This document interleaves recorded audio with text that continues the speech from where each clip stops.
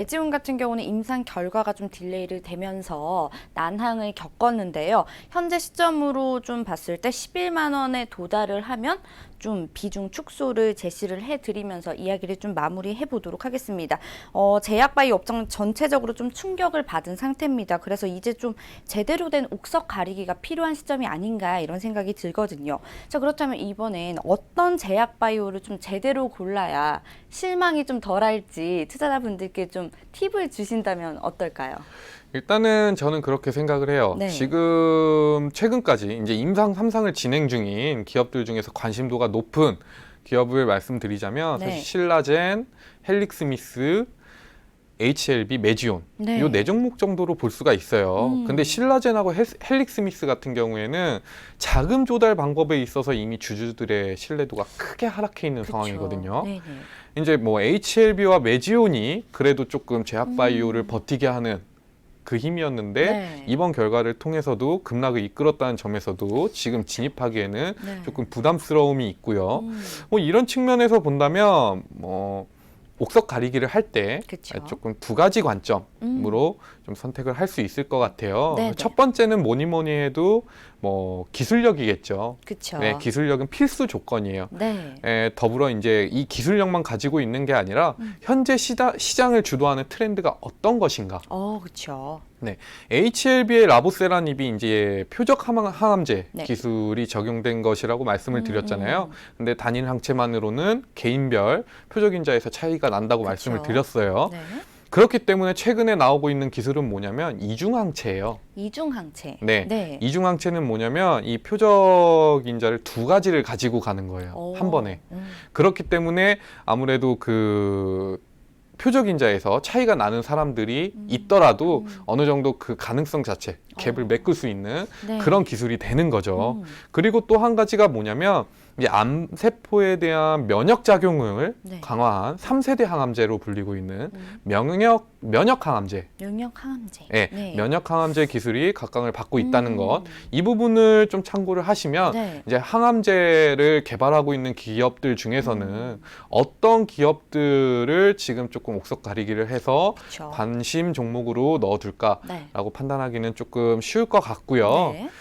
그리고 두 번째로 좀 선택할 때 주목해서 봐야 될 부분이 뭐냐면 이 기업들이 사실 임상 실험을 진행하는데 돈이 많이 들어요. 그렇죠. 사실 저희가 네. R&D 비용이라고 해서 기술 개발 비용이 굉장히 많이 들기 때문에 제약바이오는 일단 실적 자체는 보지 말고 들어가시라라는 말씀을 많이 그렇죠. 드리잖아요. 그런 말씀도 많이 드리고 네. 있고 우리나라 기업들 같은 경우에 바이오텍 기업들이 많은 이유가 뭐냐면 자체적으로 임상 실험을 진행할 수가 없기 때문에 그쵸. 일단 기술만 만들어 놓고 이 기술을 글로벌 이전하는 거거든요. 이 기술을 임상 실험을 할 수 네. 있는 기업에. 그렇기 때문에 일단 어떤 기업을 선택을 하느냐라고 볼 때는 임상 실험을 자체적으로 만약에 진행을 한다면 이 운영 자금 확보를 위해서 기업이 어떤 방식을 취하고 있는가를 조금 체크를 해보셔야 될 것 같아요. 네네. 이제 보편적으로 기업이 이제 운영 자금 확보를 위해 취하는 방식 중에 피해야 될 거는 첫 번째로 전환사채 발행. 피해야 될 것은 전환사채 발행. 그쵸. 네. 뭐 무조건 피하라는 건 아니에요. 무조건 피하라는 건 아니고 이게 왜 전환사채를 발행했는지 네. 어떤 기업들이 이 전환사채 발행에 참여를 하는지는 좀 지켜봐야 되겠지만 네. 이 전환사채 발행은 어떤 의미를 가지냐면 보편적인 측면에서 기관 투자자들이 이 기업의 기술력이나 성장성을 판단하고 진입을 한다기보다도 네. 손실 가능성이 적고 여러 옵션 사항이 있다는 장점 때문에 투자를 진행하는 경우가 많아요. 그쵸. 네, 그렇기 때문에 많은 기업들이 개인 투자자들이 그런 부분 때문에 손실을 많이 보셨을 거예요. 지금 이 기업이 뉴스도 나왔고 네. 분명히 주가가 상승할 타이밍이에요. 근데 갑자기 전환사채 때문에 이슈가 나오면서 네, 하락을 하죠. 시비 네. 발행하면서 전환사채 발행을 하면서 갑자기 주가가 계속해서 눌리는 그렇죠. 그런 상황을 겪을 수가 있거든요. 그렇기 때문에 전환사채 발행은 일단은 조금 만약에 기업이 전환사채 발행을 한다고 하면 어느 정도 조금 의심을 가져볼 만한 주의를 상황이다라고 하셔야겠죠. 네. 판단을 해야 될 것 같고요. 두 번째로 피해야 될 거는 뭐 삼자 배정 유상증자는 괜찮아요. 네, 근데 그쵸. 구주주 배정 유상증자는 조금 많이 의심을 해야 됩니다. 구주주, 배정, 유상증자. 그렇죠. 네. 유상증자에는 삼자 배정이 있고 구주주 배정 유상증자가 맞아요. 있어요. 예, 삼자 배정 같은 경우에는 적당한 투자처를 찾았다는 의미고요. 네네. 구주주 배정 같은 경우에는 어떻게 보면은 뭐 기업 자체적으로 대주주가 자기의 그런 주주 권리를 강화하기 위해서 구주주 배정 유상증자를 하는 경우도 그쵸. 있지만 네네. 보통 제약바이오 기업들이 음. 굉장히 대주주가 가지고 있는 물량이 적어요. 네. 그렇기 때문에 이런 측면에서 구주주 배정 유상증자가 들어가는 경우는 거의 없다고 보거든요. 그렇다면 무슨 어떻게 볼 수가 있냐면 이 구주주 배정 유상증자는 적당한 투자처를 찾지를 못한 거예요. 그렇죠. 그렇게 네. 해석될 수 있죠. 그렇기 네. 때문에 이 잘 모르고 있는 개인 투자자들한테 이 이제 주권 권리를 넘기면서 네. 투자금을 확보를 하는 거죠. 그렇죠. 예, 그렇게 되면 사실 만약에 임상이 3상까지 잘 끝나서 주가가 올라간다면 뭐 주주 친화적인 정책이라고 결과론적으로는 그렇죠. 결과론적으로는 판단이 될 수 있겠지만 시행되는 그 당시 입장에서는 적당한 투자처가 없었다. 맞아요. 많은 이런 기관 투자자들로 하여금 기술력으로 인정받지 못했다라고 네. 판단하는 게 오히려 더 가능성이 높은 네. 그런 측면이죠. 그렇기 때문에 요 두 가지는 조금 피해야 하는 게 맞고요. 네. 삼자 배정 유상증자 같은 경우에도 사실 뭐 완전히 좋게 보는 건 아니에요. 기업이 뭐 매출을 내면서 자기들이 벌어들이는 돈으로 뭐 임상을 진행하면은 그게 베스트겠지만 사실 그럴 수 없는 기업들이 많기 때문에 네. 유상증자를 하는 건데 이 유상증자도 얼마나 큰 금액을 하고 네. 그리고 얼마나 자주 하는지를 일단은 지켜보셔야 될 것 같아요. 네. 너무 이런 자본금 확보를 위한 정책을 계속 쓰는 기업들은 별로 좋진 않아요. 네네. 그런 기업들은 일단은 관심 종목에서 제거하는 게 좋고요. 네. 뭐 일단은 삼자 배정 유상증자가 제일 그래도 괜찮고 그나마 네. 전환사채 발행과 구주주 배정 유상증자는 좀 네. 피해라라고 말씀드리고 싶습니다. 네. 근데 문제는 뭐냐면 개인 투자자분들이 이런 부분을 체크를 못해요. 왜냐하면 체크할 게 그 이전에 너무 많으세요. 그렇죠. 굉장히 많죠. 너무 어려워요. 사실 이 분야가. 사실 이 제약바이오가 많은 개인 투자자분들이 수익이 크게 날 것이다라는 기대감으로 투자를 하고 있기는 네. 하지만 이런 부분이 많이 힘들기 때문에 묻지도 않고 따지지도 않고 그냥 들어가요. 그러니까 예를 들어 이런 거죠. 내 주변에 제약 바이오를 음. 투자했다가 대박이 났다더라 해서 따라 들어가는 경우가 굉장히 많은 맞아요, 것 같거든요. 맞아요.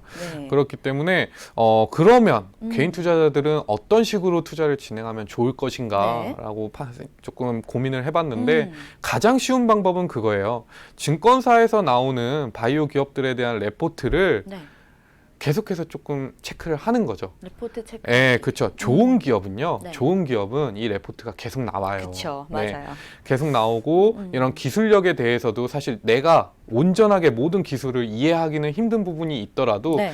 제일 좀 이해하기 쉽게 풀어 써놓은 게 이런 증권사에서 나오는 레포트거든요. 맞아요. 그렇기 때문에 이 레포트들을 조금 체크를 하고 네. 어떤 종목들을 커버하고 있는지 체크를 하시면 네. 장기적으로 어떤 종목에 투자하면 좋을지에 대해서는 네. 조금 어느 정도 판단이 서실 것이다 그쵸. 라고 생각이 들고 있습니다. 네. 자, 말씀을 해주셨다시피 일단은 제약 바이오는 기술력 그리고 임상 실험을 진행하기 위해서 운영자금 확보를 어떻게 하고 있는지 살펴보는 게 중요하고요.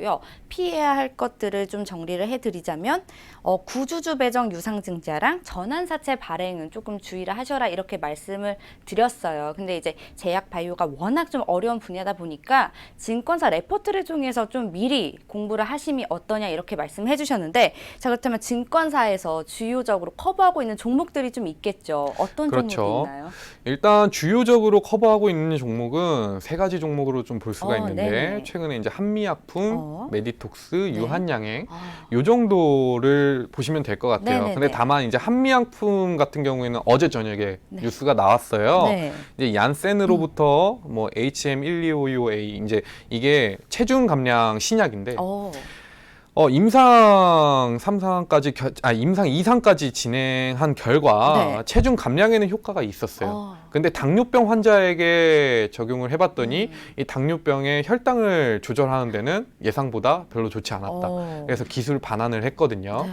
일단 기술 이전을 하면서 받았던 상당수의 계약금은 반환하지 않아도 되는데 네네. 이 부분에서 따라오는 조금 이제 한미약품이 원래 취하기로 했던 그런 매입 이 계약 금액은 그쵸. 예, 어느 정도 반환을 해야 되는 상황이에요.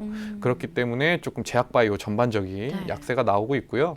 메디톡스 같은 경우에는 이제 메디톡신, 네. 이제 보톡스예요. 맞아요. 보톡스인데 이제 중국 허가 날짜가 계속 딜레이가 되고 있단 말이에요. 네네. 그래서 주가가 급락이 됐고 사실 지금 허가 일정에 대해서는 아직 단언할 수는 없는데 만약에 허가만 난다라고 하면은 이 메디톡스는 크게 급락했던 부분은 분명히 메꿀 거고요. 네네. 왜냐하면 바로 매출로 연결이 되기 때문에 이 부분은 조금 체크를 해야 될 것 같아요. 네. 그리고 유한양행, 네, 얼마 전에 또 이슈가 있었죠. 그쵸. 네. 이제 글로벌 빅파마인 베링거 인겔하임하고 네네. 뭐 비알콜성 지방간염 치료 신약 후보 물질의 기술 이전 계약을 체결을 했습니다. 네.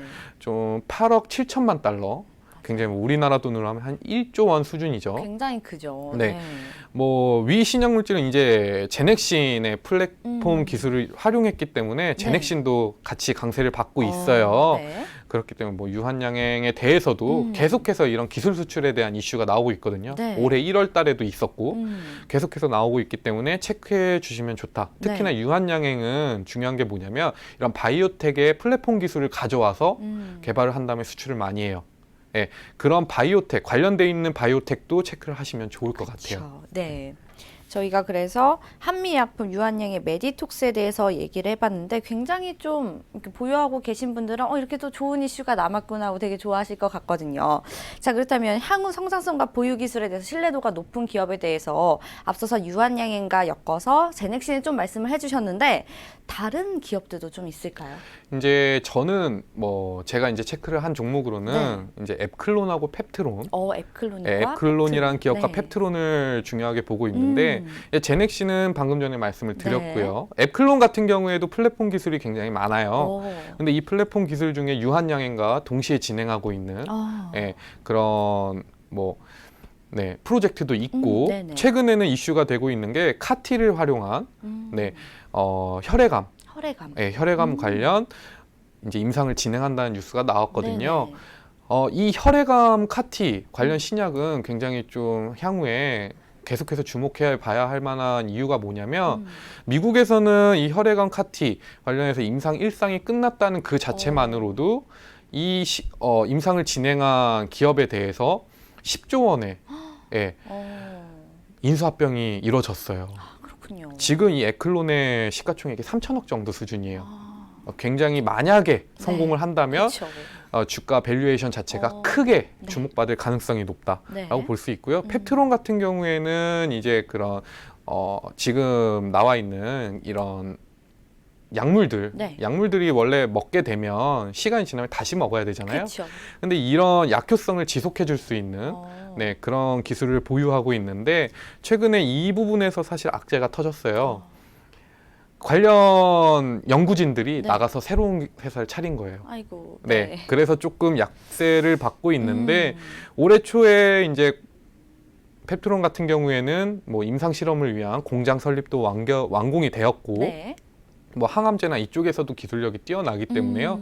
계속해서 지켜보시면 좋지 않을까라고 생각합니다. 네, 저희가 향후 성장성과 보유 기술에 대한 신뢰도 높은 기업 제넥신, 앱클론, 펩트론까지 좀 살펴봤습니다.